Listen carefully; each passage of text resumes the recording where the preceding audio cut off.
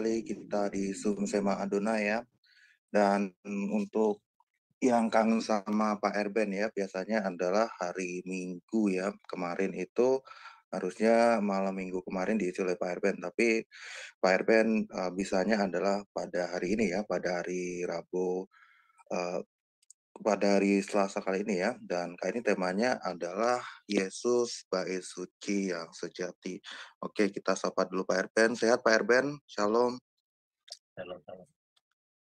Ya, oke Shalom, kita shalom. akan ya, oke udah jernih Pak suaranya Pak. Oke, kita akan buka terlebih dahulu dengan doa ya. Mari kita bersatu dalam doa. Bapa kami yang di surga, terima kasih ya Tuhan pada kesempatan kali ini kita bisa dipertemukan kembali di Zoom Sema Adonai untuk mendengar pengajaran Kristen yang akan disampaikan oleh pengajar kita Bapak Erben. Semoga apa yang beliau sampaikan bisa menjadi rema dalam kehidupan kami dan untuk lancarnya jalannya acara ini untuk para operator dan juga pembicara kita dalam nama Yesus Tuhan dan Juru Selamat kami. Haleluya. Amin. Oke, dipersilahkan Pak Erben. Oke, teman-teman ya.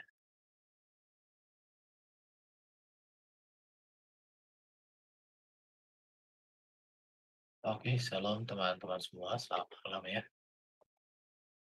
Pada kali ini kita akan belajar bersama-sama tentang satu topik Yesus bait Allah yang sejati yang terambil dari Yohanes 2 ayat 19-21. Saya bacakan ya. Jawab Yesus kepada mereka, "Rompak bait Allah ini, dalam 3 hari aku akan mendirikannya kembali." Lalu kata orang Yahudi kepadanya, 46 tahun orang mendirikan bait Allah ini, dan engkau dapat membangunnya dalam 3 hari. Tetapi yang dimaksudnya dengan bait Allah ialah tubuhnya sendiri. Jadi dari narasi kitab suci ini kita melihat bahwa Yesus adalah bait Allah yang sejati. Mari kita melihat apa sih itu bait Allah. Walaupun perikop di dalam Yohanes pasal 2 ini kan Yesus menyucikan bait Allah. Karena pada saat itu bait Allah digunakan tidak sesuai dengan tupoksinya. Sebab sejatinya bait Allah itu tempat beribadah, tempat untuk berdoa bagi bangsa-bangsa, dan tempat untuk datang menyembah Tuhan, datang untuk mempersembahkan korban, dan segala segala kegiatan kerohanian itu berpusat di bait Allah. Dan namun pada zaman Yesus justru digunakan menjadi sarang penyamur, dijadikan jadi tempat penukar keuangan ya, jual beli perdagangan dan lain sebagainya sehingga mengakibatkan Yesus marah. Sekarang kita perlu mengerti juga tentang yang ini ya. Nah, bait Allah itu dikaitkan dengan bait suci atau bait Hamikdas atau yang disebut juga sebagai bait Yerusalem atau bait Salomo. Ini sebagai tempat peribadatan orang Yahudi yang terletak di bait suci atau di satu bukit yang suci. Bait pertama yang disebut juga Bait Salomo ini dibangun pada tahun 957 sebelum Masehi. Jadi ini dibangun pada masa pemerintahan Salomo ya 957. Dan kemudian ini dihancurkan oleh kerajaan Babel pada tahun 586 sebelum Masehi, berarti sekitar 400 tahun kemudian ya, 400-an tahun dihancurkan. Dan perlu juga diketahui bahwa bait Salomo atau bait Allah yang dibangun Salomo ini tujuannya sebenarnya dibangun untuk menggantikan kemah tabernakel yang dibangun Musa. Jadi ada tema tabernakel yang dibangun Musa di padang gurun. Itu ada di dalam Keluaran 25. Kemudian bait kedua dibangun ulang di tempat yang sama pada tahun 515. Jadi 586 dengan 15 berarti jaraknya sekitar berapa ini? 8 berarti 70 tahun. Sekitar 70 tahun kemudian, bait Allah yang kedua dibangun, dan kemudian hancur pada pengepungan Romawi atas Yerusalem pada tahun 70, ya 70 Masehi. Setelah tahun 70 Masehi, sampai hari ini tidak ada lagi bait Allah di sana. Pada saat itu, bangunan ini berfungsi sebagai tempat untuk beribadah dan juga untuk mempersembahkan kurban bakaran. Ini kata penting untuk memahami tentang bait Allah, kurban bakaran. Selama beberapa abad tempat ini menjadi pusat ibadah agama Yahudi sebelum benar-benar runtuh. Ya, jadi itu sedikit historis tentang bait Allah, nanti akan saya ulangi. Sekarang kita melihat tentang pentingnya bait Allah. Bait suci ini melambangkan kehadiran perlindungan Tuhan Allah atas umatnya. Ini yang pertama, melambangkan kehadiran dan perlindungan Tuhan atas umat Israel. Di dalam perjanjian lama, sejak bait Allah ini dibangun, maka ini simbol kehadiran Tuhan, sebab Tuhan menyatakan kemuliaan, menyatakan kebenarannya kepada bangsa Israel melalui bait Allah, khususnya ruangan Maha Suci. Dan ini juga memberikan perlindungan dari Tuhan atas umatnya. Contoh bangsa Israel, ketika mereka hidup kudus dan mereka datang kepada Tuhan atau membawa tabut perjanjian dalam pertempuran, mereka akan mengalami kemenangan. Jadi ketika bait suci ditahbiskan, Allah turun dari surga dan memenuhi bait itu dengan kemuliaannya dan berjanji untuk menempatkan namanya di situ. Jelas bahwa bait Allah ini di mana Allah menyatakan kemuliaan.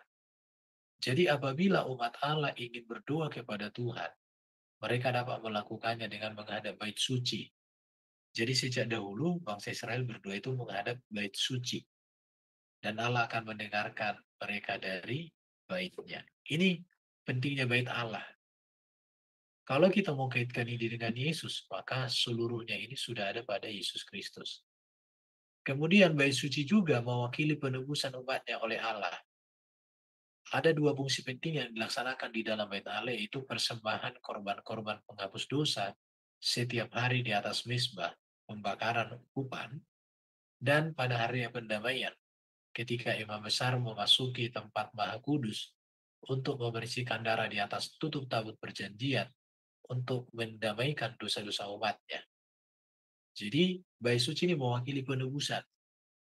Yang pertama itu adalah simbol kehadiran dan perlindungan Allah atas umatnya. Yang kedua menjadi mewakili penebusan. Saya jelaskan sedikit, ketika kita mengatakan bahwa Yesus bait Allah, maka di dalam Yesuslah kehadiran Allah dirasakan, diterima, dialami oleh manusia. Di dalam Yesuslah manusia mendapatkan perlindungan. Maka Yesus katakan, 2-3 orang berkumpul dalam namaku, aku ada bersama mereka. Dalam Matius 28 bahwa dikatakan dalam Matius 28 dikatakan di situ bahwa aku menyertai kamu senantiasa sampai akhir zaman. Nah, jelas ya. Kalau bait suci berbicara tentang mewakili penebusan umatnya, maka di situ ada korban yang dipersembahkan pagi dan petang, dan ada korban hari raya pendamaian 1 kali 1 tahun yang memercikan darah di atas tutup perjanjian mendamaikan dosa umatnya. Jadi di dalam upacara-upacara ini orang Israel diingatkan mengenai betapa mahalnya harga penebusan dan pendamaian mereka. Jadi ketika kita berbicara Yesus bait Allah, maka di dalam Yesus, di dalam darahnya, kita mendapatkan penebusan, kita mendapatkan pendamaian, kita mendapatkan kemenangan, dan persekutuan dengan Allah. Itulah yang dimaksud. Sekarang kita lihat lagi, bahwa bait Allah ini juga tidak sebenarnya memberikan jaminan mutlak untuk kehadiran Allah. Kenapa dikatakan demikian? Karena bait suci itu melambangkan kehadiran Allah. Hanya sejauh umat itu menolak ilah-ilah lain dan menaati hukum Allah yang kudus. Ada beberapa peristiwa ya, contoh Mika dan kemudian Yeremia, di mana bangsa Israel ketika mereka menjauh dari Tuhan, maka mereka akan dihajar. Tetapi ketika mereka mendekat kepada Tuhan dengan menyadari dosa-dosa mereka, memohon ampun kepada Tuhan dan datang berdoa di bait Allah, maka di sana mereka akan mendapatkan perlindungan, mendapatkan berkat, mendapatkan sukacita, mendapatkan pertolongan Tuhan. Jadi bait Allah ini sangat penting. Namun kehadiran bait Allah ini haruslah juga orang-orang yang beribadah di bait Allah ini menaati kehendak Allah, menaati hukum Tuhan. Jadi dari sini kita melihat, sekali lagi saya ulangi tentang sejarah bait Allah ya. Bait Allah ini sebenarnya memiliki kaitan dengan kurban-kurban di atas mezbah. Kalau di zaman di zaman Habel, Nuh dan lain sebagainya itu dibuat di atas batu yang disusun bertingkat. Kemudian nanti di atas batu yang disusun itu, maka mereka melakukan kurban. Dan kemudian kurban yang dilakukan di atas batu yang tersusun itu dilanjutkan menjadi kurban yang dilakukan di dalam kemah tabernakel, di mana hal ini dibangun oleh Musa di dalam ketika mereka ada di dalam perjalanan di padang gurun, yaitu Keluaran 25 sampai dengan 28. Ini bisa dibaca nanti. Apa-apa saja yang menjadi isi dari kemah tabernakel, mulai dari pintu gerbang, baru bejana pembasuhan, ada namanya nanti di situ misbah korban bakaran, kemudian masuk nanti ke ruangan suci, ada di dalamnya kaki dia emas, misbah rupa emas, dan ada juga merah satian. Kemudian nanti baru masuk ruangan Maha Kudus, di dalamnya ada tabut perjanjian. Ini dibangun di zaman Musa, pada masa kepemimpinannya memimpin bangsa Israel di padang gurun menuju tanah Kanaan. Dan apa yang dikerjakan oleh Musa tentang tabernakel ini, kemudian Daud hendak menjadikannya menjadi bangunan yang permanen yang disebut dengan Bait Allah. Tetapi Daud tidak diizinkan Tuhan, akhirnya rencana itu dipersiapkan dia dengan baik dan kemudian diteruskan oleh Salomo anaknya. Kenapa Daud tidak diizinkan? Karena banyak Daud mencurahkan darah. Ini sejarahnya, sejarah ringkas tentang Bait Allah. Jadi Bait Allah itu ada hal-hal penting yang harus dipahami di Bait Allah. Bait Allah ini sangat berkaitan dengan keimamatan. Di dalam keimamatan itu ada 3 hal penting yang harus dipahami. Yang harus dipahami ya. Ini bentar. Apa itu? Yang pertama kurban. Untuk hukum kurban itu bisa dibaca nanti di dalam Imamat pasal 1, pasal 2, pasal 3, pasal 4 sampai dengan pasal 6 ayat 7. Itu bisa dibaca ya, pasal 6 ayat 7. Di situ ada korban bakaran, korban sajian, korban keselamatan, korban penghapusan dosa, korban penebusan salah. Baru ada juga keimamatan, imamat. Itu dibaca di sini. Ada imam besar yang bertugas untuk melayani di ruangan Maha Suci 1 kali 1 tahun, imam-imam yang melayani di ruangan suci dan pelataran, imam Lewi yang adalah suku-suku yang melayani juga tetapi dengan bagian-bagian yang umum. Jadi di sini kita melihat tentang bait Allah dalam keimamatan. Ketika kita berbicara bait Allah, maka kita tidak bisa berbicara lepas dari kurban. Kurban itu artinya apa? Didekatkan, diambil kembali, dipulihkan kembali. Inilah yang ada di dalam bait Allah. Kemudian keimamatan, di mana para imam, khususnya imam besar, yang melakukan hukum kurban, baik korban bakaran, korban sajian, korban keselamatan, korban penghapus dosa, dan korban penebus salah. Ini dikerjakan oleh para Lewi, suku Lewi. Kemudian bait Allah ini juga tidak boleh dilepaskan dari yang namanya kenabian. Di dalam Keluaran 25 ayat 25 dikatakan, Tuhan berbicara dengan Musa dari antara kedua kerubim penutup tabut perjanjian. Jadi di sini ada suara kenabian. Jadi Tuhan berbicara kepada bangsa Israel di dalam dan melalui tabernakel. Melalui kurban, Allah menyatakan pengampunan, penebusan, keselamatan. Melalui suara kenabian, Allah menyampaikan firman dan kebenaran, teguran, apa yang menguatkan dan membawa manusia kepada kehendak Tuhan. Itu kenabian. Dan itu semua dilakukan oleh para imam. Jadi, apa kaitan Yesus dengan bait Allah? Maka seluruh esensi yang dikerjakan di dalam bait Allah ini ada di dalam Yesus Kristus. Di dalam bait Allah orang berdoa kepada Allah. Maka Kristus sebagai bait Allah yang hidup. Maka kita berdoa kepada Bapa di surga di dalam dan melalui Yesus Kristus. Keimamatan di tabernakel ini berbicara tentang melakukan kurban untuk pengampunan dosa, pendamaian, dan keselamatan. Tetapi di dalam Yesus kita tidak perlu lagi melakukan hukum kurban keimamatan.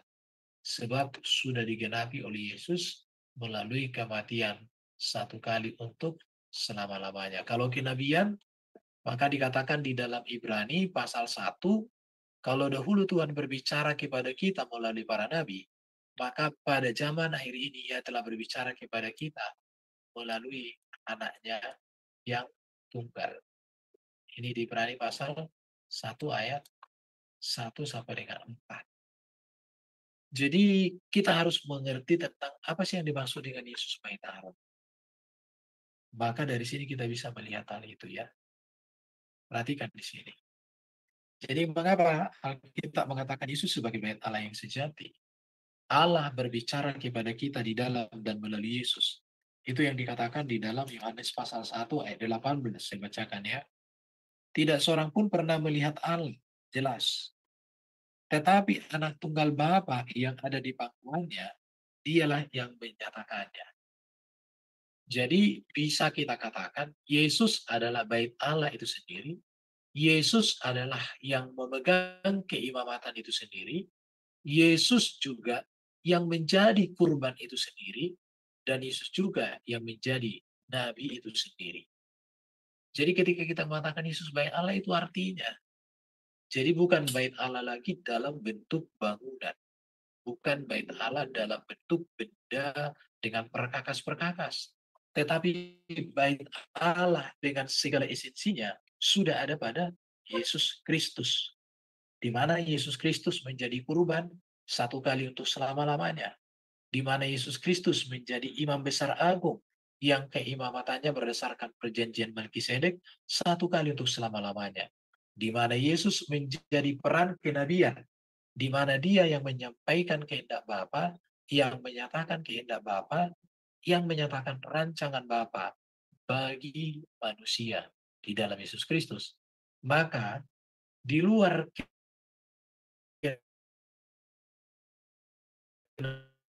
kenabian atau pengajaran atau jalan dengan ajaran Yesus, maka itu bukan kebenaran. Jadi kebenaran iman Kristen itu berpusat pada pribadi Kristus.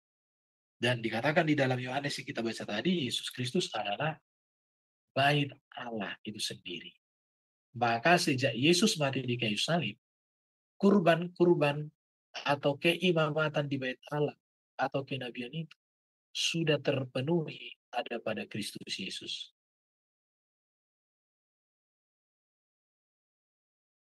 Maka kita tidak perlu mempersembahkan korban lagi. Dan itu seperti yang dilakukan di bait Allah atau di tabernakel.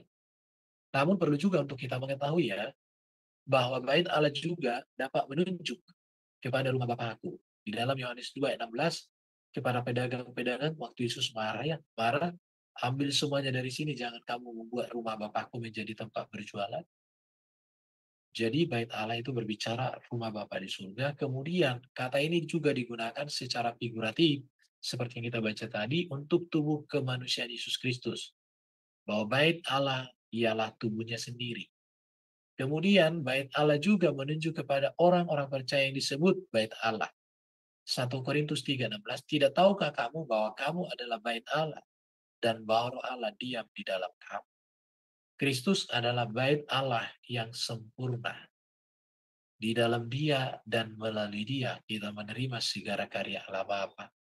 Dan kalaupun orang percaya disebut sebagai bait Allah, artinya bahwa Roh Allah berdiam di dalam kita, supaya melalui Roh itu kita dibimbing, dituntun, mempermuliakan Allah di dalam dan melalui Yesus Kristus.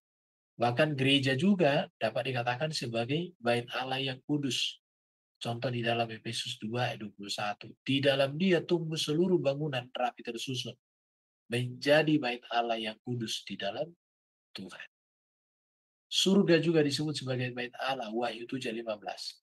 Karena itu mereka berdiri di hadapan tata Allah dan melayani dia siang dan malam di bait sucinya. Dan yang duduk di atas tata itu akan membentangkan kemahnya di atas mereka. Surga itu menjadi bait Allah. Artinya Allah berhadirat, Allah menyatakan kuasa, Allah menyatakan kehendaknya dinikmati para manusia-manusia yang ada di dalam surga. Kemudian akhirnya Allah juga disebut sebagai bait Allah. Wahyu 21 ayat 22. Dan aku tidak melihat bait suci di dalamnya. Sebab Allah Tuhan yang Maha Kuasa adalah bait sucinya. Demikian juga anak domba itu. Jadi kita tidak dapat melihat Bapa secara utuh, tetapi kita bisa lihat di dalam kemuliaannya yang dipancarkan, yang dinyatakan di dalam dan melalui Kristus sebagai bait Allah. Oke ya. Jadi dari sini kita melihat bahwa Yesuslah bait Allah yang sempurna, sebagaimana tadi saya jelaskan tentang hukum kurban, tentang keimamatan, dan tentang kenabian. Maka Yesus kegenapan bait Allah dan seluruh ibadah di bait Allah digenapi pada pribadi Yesus dan karya Yesus. Di dalam dan melalui Yesus, manusia mendapat karya dan pengampunan serta janji-janji Allah. Tidak perlu lagi lewat kurban-kurban di bait Allah. Sekarang, kehadiran Allah dapat dirasakan lewat dirinya. Yesuslah yang menghadirkan atau menyatakan Allah kepada manusia. Dialah bait Allah yang baru. Berbeda dengan bangunan bait Allah yang sekali dihancurkan tidak pernah berdiri lagi. Bait Allah yang baru ini yaitu Yesus Kristus, meskipun ia dibunuh oleh penguasa agama dan politik, akan terus hidup setelah 3 hari dan dia bangkit. Dan kebangkitan Yesus itu membuktikan dia bait Allah yang bukan dibangun oleh tangan manusia dan bukan berasal dari dunia. Tetapi dia adalah menjadi bait Allah karena dialah yang memancarkan, yang menyatakan seluruh kemuliaan dan kebesaran Allah buat manusia. Oke, sampai di sini penjelasan saya. Terima kasih teman-teman. Kalau ada diskusikan, silakan. Kalau ada ditambahkan, monggo. Kalau ada yang kurang, Ruang Maha Kudus itu di dalam gereja gitu Pak Erben. Apakah itu sudah tidak ada lagi atau masih ada gitu Pak Erben? Tipologinya di Perjanjian Baru atau mungkin yang sekarang kita ada nggak gereja sekarang seperti itu Pak? Ruang Maha Kudus itu Pak. kalau di gereja tertentu ada. Contoh kalau di gereja tertentu tidak boleh sembarangan orang masuk altar. Atau kalau di gereja ortodoks ada ruangan yang tidak boleh masuk sembarangan jemaat, hanya imam pemimpin yang bisa masuk ada. Tetapi esensi dari bait Allah itu adalah Kristus. Jadi Kristus, di dalam Kristus kita langsung bersekutu dengan Allah. Di dalam Kristus kita menemukan korban, pendamaian, penebusan. Di dalam Kristus kita menerima kenabian, suara kebenaran firman. Itu esensinya. Maka Kristus itu ibadah kepadanya kan di dalam roh dan kebenaran. Tidak lagi berbicara tentang posisi dan tempat. Tetapi kalaupun ada tempat yang suci, yang hanya imam, ya silahkan, nggak apa-apa. Tapi esensinya bukan pada tempatnya. Tapi esensinya adalah pada fakta kebenaran Kristus Yesus yang menyempurnakan dan menggenapi seluruh bentuk ibadah di bait Allah itu. Bahkan penggenapan bait Allah sendiri adalah pribadi Kristus itu.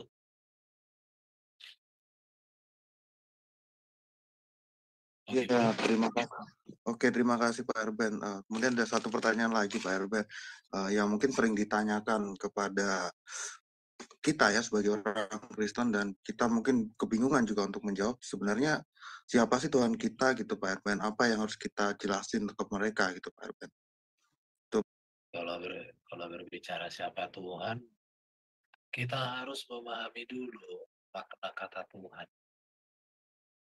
Jadi saya kan udah pernah bahas di sini juga, apa bedanya Tuhan dengan Allah. Bagaimana penggunaan kata Tuhan itu penjelasannya Nanti bisa ditonton videonya yang sudah pernah dijelaskan ya. Tapi tidak apa-apa, saya coba menyampaikan dengan cara yang praktis di sini. Kata Tuhan itu kan itu gelar ya. Kata gelar itu berasal dari kata Kyrios, artinya Tuhan atau penguasa. Jadi kalau ditanya kata Tuhan itu netral. Kata itu akan berubah ya. Semoga ini bisa membantu teman-teman ya. Bentar, saya buka ini. Oke. Jadi beda arti kata Tuhan dengan Allah. Kata Allah itu ini ya, supaya kita diskusi ini. Allah itu kan Theos, God. Artinya di sini yang ilahi pencipta alam semesta. Ia menciptakan melalui firman, ia menghidupkan melalui rohnya. Itulah yang disebut dengan Allah. Tetapi kalau kata ke Tuhan, Tuhan itu kan Kyrios, Lord. Ini gelar kepenguasaan. Gelar ini bisa dipakai kepada Allah. Maka ada istilah dalam apa namanya Tuhan Allah. Tuhan Allah artinya Allah penguasa, pemilik kuasa, pemberi kuasa. Tapi kata Tuhan ini pun gelar, ini bisa kepada Yesus. Maka ada kata Tuhan Yesus. Artinya Yesus penguasa, yang kepenguasaan Yesus adalah kepenguasaan Yesus yang miliki dan diberikan Allah sebagai Mesias. Jadi Bapa di surga memberikan kuasa kepada Yesus. Tapi ada juga Tuhan jenaka. Artinya jenaka penguasa dalam wilayah kekuasaannya. Jadi kata Tuhan di sini ini itu gelar, ya, itu jabatan atau kepenguasaan. Dan penggunaannya itu bisa kepada Allah, bisa kepada manusia, kepada Yesus, atau manusia yang punya otoritas di situ. Jadi Tuhan itu gelar. Saya kasih contoh sebentar ya nih, sebentar di berikutnya ya. Contoh ya, etimologi kata Tuhan itu kan dalam bahasa Melayu itu berasal dari kata Tuhan. Ini harus tahu ini. Bahkan buku pertama yang memberi keterangan itu adalah Ensiklopedia Populer Gereja oleh Adolf Jürgen. Tadi saya baru debat dengan Oneness ya tentang kata Tuhan. Ketika mereka mengatakan Tuhan itu artinya adalah Allah, saya bisa bantah bahwa Tuhan itu juga gelar yang digunakan kepada manusia biasa, yang digunakan kepada sosok raja. Jadi penggunaan kata Tuhan di sini itu artinya apa di sini? Penguasa. Jadi ketika kita mengatakan Yesus Tuhan, artinya Yesus penguasa. Penggunaan katanya seperti gini, penggunaan kata Tuhan ini. Kyrios kepada Theos, Kyrios kepada Yesus, Kyrios juga kepada Herodes. Kenapa? Karena ini gelar. Kata Kyrios ini maknanya hanya penguasa. Jika tidak ada Theos, maka kepenguasaan ini hanya pengertian penguasa. Penguasa yang mana kita bisa jelaskan. Tetapi ketika kata Kyrios disematkan kepada Theos, maka itu sudah menunjukkan yang ilahi penguasa. Ketika kata Kyrios kepada Yesus artinya kepenguasaan Yesus. Kyrios Herodes berarti kepenguasaan Herodes, sama dengan penggunaan ini Kyrios ini sama. Kalau orang Inggris gampang. Lord God, Lord Jesus, Lord Charles. Mudah dipahami orang Inggris ini. Tapi kalau orang Indonesia ini parah. Kenapa? Karena malas berpikir. Kecuali yang Kristen ya. Kristen sejati. Dan ini kata Lord ini sepadan dengan kata Rob atau dengan kata Gusti. Kalau orang Jawa gampang. Gusti Allah, Gusti Yesus, Gusti Prabu. Ini artinya beda ini sebenarnya. Beda. Jadi ya Yesus itu Tuhan, penguasa. Bapa di surga juga Tuhan. Matius 11 ayat 25. Yesus katakan aku bersyukur kepadamu Bapa Tuhan langit dan bumi. Oke ya. Ada yang terlewatkan yang perlu saya jelaskan? Bisa diperdalam. Ya cukup jelas Pak. Silakan Sister Aling. Ya, shalom. Selamat malam, Pak Erben.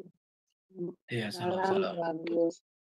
Pak Erben, Saya mau menanyakan yang itu, yang ayat Yohanes 2, Yohanes 2 ayat 16, yang bunyinya, Yesus menyebutnya rumah Bapakku. Di situ bunyi ayatnya kan kepada pedagang-pedagang merpati, ia berkata, ambil semuanya ini dari sini. Jangan kamu membuat rumah Bapakku menjadi tempat berjualan. Nah, maksudnya ini gimana, Pak? Karena saya melihat gereja-gereja sekarang banyak yang berjualan, Pak Erben, di depannya itu maksudnya Oh, gimana, Pak, pengertian ini? Ya, terima kasih, Pak Erben. yang pertama ya, ayat ini kan mengatakan bahwa bait Allah itu rumah Bapaknya Yesus. Jadi itu mengkonfirmasi bahwa Yesus itu bukan Allah Bapa. Kalau Yesus itu Allah Bapa, Yesus akan ngomong, ini rumahku, gitu kan. Tapi dibilang dia rumah Bapakku. Sekarang ini sebenarnya di gereja nggak boleh jualan. Tapi kalau orang berjualan di samping gereja, dekat-dekat gereja bagus juga. Supaya jemaat itu membeli tidak jauh-jauh. Tapi kalau di dalam gereja jangan, nggak boleh jualan. Ya, itu menyalahi ya, jangan jualan dalam gereja. Gereja itu tempat beribadah, tempat untuk menyatakan kasih sayang kita kepada sesama dalam bentuk ibadah, di mana ibadah itu berbicara tentang doa, penyembahan, nyanyian, pujian, dan lebih lagi baca firman Tuhan dan memahami dan mempelajarinya. Itu esensi dari rumah ibadah. Jadi rumah ibadah esensinya bukan untuk jualan. Kalau ada yang jualan, bertobat. Jangan jadikan gereja Iya, tempat Pak. jualan. Iya, Ya, saya ngelihat Pak Erben di dalam halaman gereja, Pak, itu mereka berjualan dan sepertinya diperbolehkan oleh gereja itu gitu. Makanya saya ya artinya gini, ayat ini kalau di halaman gereja itu memang itu tidak mengganggu aktivitas gereja, tidak mengganggu lahan parkir dan lain sebagainya, dan mhm, itu di manajemen dengan bagus ya silakan. Tapi kan mmm, masalahnya kan kalau di sini di zaman Yesus itu memang rumah Tuhan itu tidak difungsikan sebagaimana mestinya. Karena fokus manusia adalah memperkaya diri melalui kehadiran.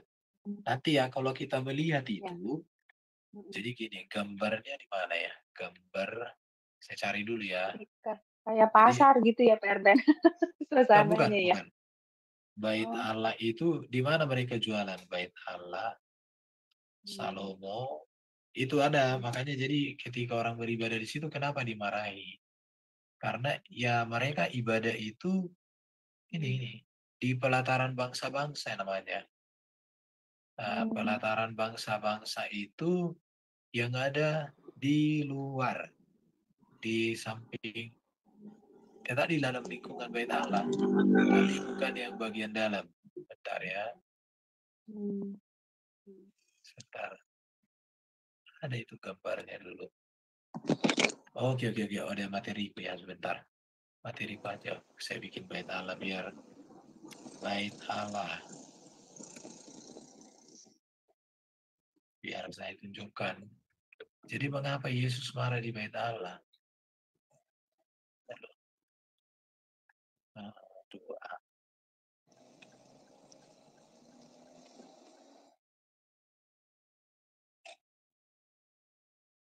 Mana ya? Tetap. Aku cari gambar di YouTube aja dan di apa di Google. Ada gambar bait Allah. Pelataran bangsa-bangsa. Nah, ini nih. Oke ya, sebentar ya. Ini, Iya Pak, perhatikan ya. mmm, Jadi yang disebut dengan pelataran bangsa-bangsa itu ini. Ini tempat untuk bangsa-bangsa lain berdoa. Dan ini bukan daerah dagang, ini tempat bangsa-bangsa untuk berdoa. Jadi bangsa-bangsa lain, kalau orang Yahudi para imam boleh masuk ke sini. Ada imam. Tapi pelataran bangsa-bangsa ini bangsa-bangsa lain bisa masuk.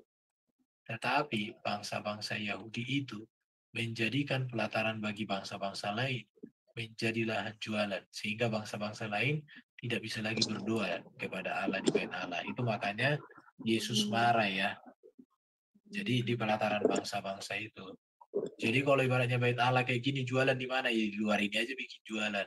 Ngapain harus di halaman? Iya, iya. Iya, kalau ada gereja juga ya diatur dengan baik. Kalau di luar ini jualan nanti kan udah orang silo. Kalau di dalam ya udah bikin atur dengan bagus, manajemen dengan bagus. Nah Hmm, itu sih. iya, iya, iya. Oke, paham saya Tapi Pak. ingat Iya, ya, terima kasih. jangan sampai orang jualan di situ tapi nggak pernah gereja, ya itu yang repot. Oh, iya benar Tapi Pak. Iya, orang luar berarti ya Pak. Malah bukan iya, bukan beragama Nasrani, like Kristen lagi ya Pak. Ya benar. Ya baik, iya. terima kasih Pak Erben untuk penjelasannya, Tuhan berkati. Terima kasih, Ben. Tapi sebelum ke Pak Deden ya, aku pengen tanya juga Pak, maksudnya gereja bukankah juga berkembang dengan metode bisnis lah gitu kan? Karena mereka juga membuka cabangan Pak. Bahkan ya kita tahu di Eropa malah justru gereja itu juga mereka bikin bisnis semacam eh, ya jual beli anggur gitu loh Pak. Mereka punya ladang ladang anggur dan sebagainya gitu loh. Jadi gini, sebenarnya gereja jika dikelola pelayanan itu dengan asetnya itu untuk kepentingan pelayanan, tidak masalah. Tapi dikelola bukan untuk memperkaya diri, tapi memperkaya pelayanan itu, memperkaya jangkauan. Karena semua gereja kan harus mampu mengelola keuangannya dengan baik. Yang bermasalah itu adalah gereja itu menjadi lahan bisnis, jadi tanam saham. Ibaratnya sahammu 1 miliar, orang lain 100 juta, jadi pembagiannya 10/1. Atau apa 100/1. Dapat persembahan ibaratnya hari ini 100 juta. Ya samamu cuma 1 juta, sama dia 99 juta sesuai dengan saham. Kan itu yang kacau. Tapi kalau ibaratnya gereja itu punya lahan, sudah cukup untuk parkir dan dibuat manajemennya, namun ada catatan saat orang beribadah jangan ada duduk-duduk pula di apa itu di usaha itu. Saatnya ibadah ibadah. Jadi harus dibuat manajemennya dengan bagus. Jadi tempat jualan itu untuk menjual kepentingan masyarakat atau dibikin mungkin di situ harga lebih murah untuk membantu masyarakat yang kurang mampu didata. Jadi fokusnya bukan fokusnya bisnis, tetapi menata pelayanan gereja, menata keuangan gereja dengan baik dan efektif untuk kepentingan pelayanan itu juga, bukan untuk memperkaya oknum ya, bukan memperkaya perut pendeta, bukan, jangan. Nah, seperti itu sih. Iya, oke.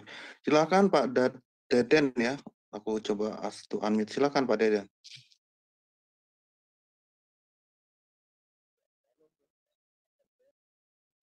Kecil kali, suaranya panter, nyaris tak terdengar. Ya, Pak Deden udah open mic tapi suaranya belum dengar. Ya, silakan. Shalom. Kedengeran ya? Shalom. Iya, shalom. Iya, shalom. Iya. Pak Eben, ini yang saya mau tanya. Kan tadi Tuhan itu artinya jabatan ya Pak ya? Iya, gelar. Nah, kalau ini Pak kan Tuhan huruf besar semua. Itu kan aslinya kan YHWH Pak ya? YHWH itu Pak ya? Oh, konteks yang saya bahas tadi PB, bukan PL. PL beda lagi, bro. Oh gitu. Iya, Oke. beda. Makanya tadi saya agak telat, sorry ya. Maaf Pak.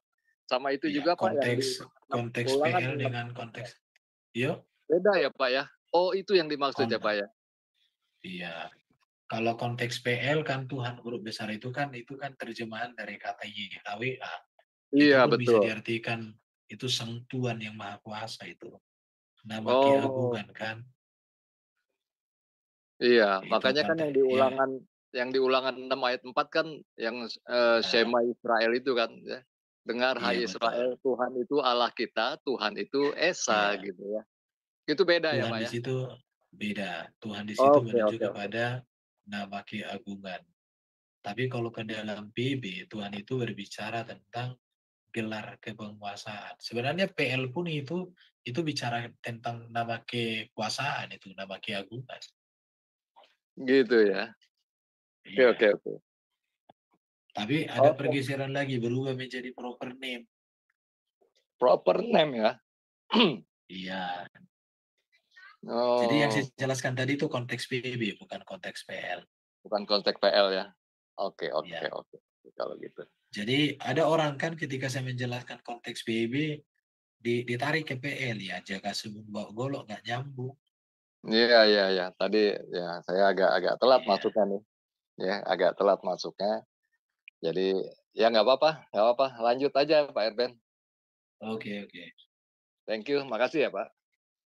Oke, sama-sama. Ya, Tapi terima itu kasih Pak Dedan ya. sudah ada videonya Udah kok di Sema Adonai pun sudah ada itu.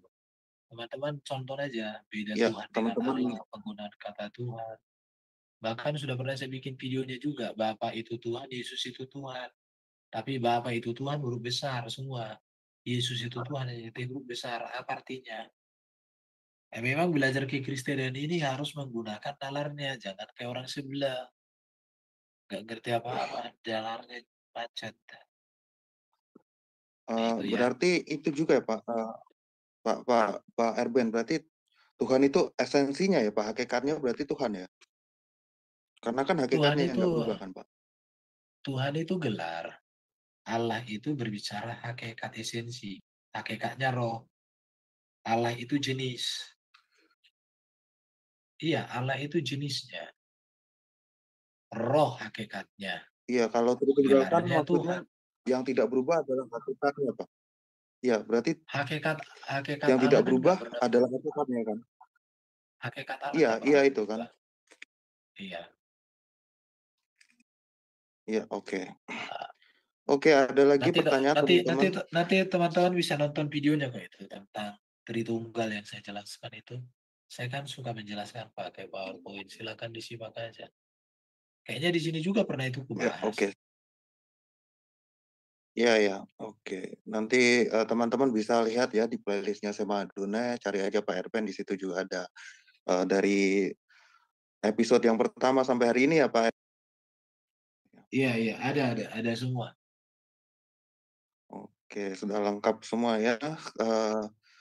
Kalau tidak ada pertanyaan, mungkin Pak Erben bisa tutup dengan sedikit konklusi dan doanya. Silakan Pak Erben. Silakan Pak Erben untuk konklusi dan doanya, silakan. Oke, jadi kekristenan itu tidak bersentral kepada rumah ibadah, kepada kurban, dan kepada berbagai ritus dan ritual.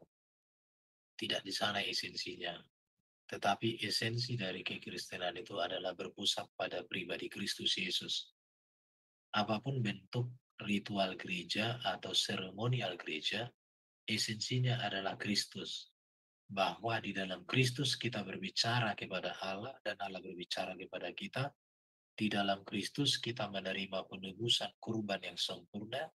Di dalam Kristus kita menerima suara kebenaran, sebab Kristus sendiri adalah kebenaran. Jadi seluruh kegiatan seremonial yang ada di bait Allah telah sempurna ada pada Kristus Yesus. Jadi Kristus datang sebagai bait Allah yang sempurna, yang menjadikan kita juga menjadi bait Allah yang hidup, supaya hidup kita menjadi rumah doa, menjadi bait yang kudus, ditempati Roh Kudus dalam hidup kekudusan, supaya kita bisa menjadi berkat dan berarti bagi dunia dan sesama kita. Terima kasih, kita akan tutup dalam doa. Terima kasih Bapak, terpujilah namamu, berkati kebenaran firman Tuhan yang sudah kami bicarakan, dan semua orang yang sudah mendengar diberkati, ditolong oleh Tuhan. Terpujilah Bapa, ditinggikanlah Engkau selama-lamanya, di dalam dan melalui Yesus Kristus kami berdoa padamu. Amin. Amin. Terima kasih Pak Erben. Oke. Terima kasih, Tuhan Yesus memberkati. Silakan operator. Oke, mungkin minggu depan kita akan bahas temanya Pak ya. Temanya minggu depan, Yesus berdoa. Masa berdoa? Kepada siapa dia berdoa? Ya. Oke, Pak Erben. Ya, Oke, itu thank you bocoran. ya. Oke, terima kasih Ya, Pak kita Erben.